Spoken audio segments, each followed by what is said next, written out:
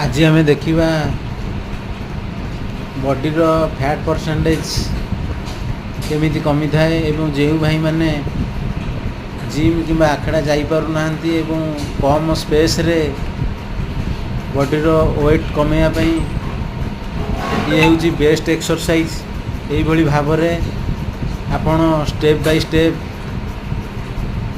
यही exercise T को करें।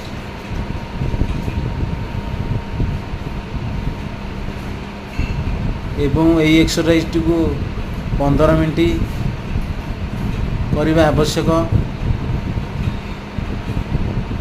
जिते बड़े आपणकर गोटे राउंड सरीज नेक्स्ट राउंड पुणी करेंगे। यही भाव में टोटाल 15 मिनट करेंगे एक्सरसाइज टी को बॉडी वेट लूज पाइंका यहाँ बेस्ट एक्सरसाइज। आपण चाहिए घरे एवं छोट स्पेस रे करें। यही जिते बड़े आपणकर गोटे राउंड सरी जाऊँगी नेक्स्ट राउंड पुनर्बार ट्राए करेंगे। यही 15 मिनट सब बेले ट्राए करूँ तो मासक पर देखिए आपणकर वेट कमी निश्चिंत कमी जाए।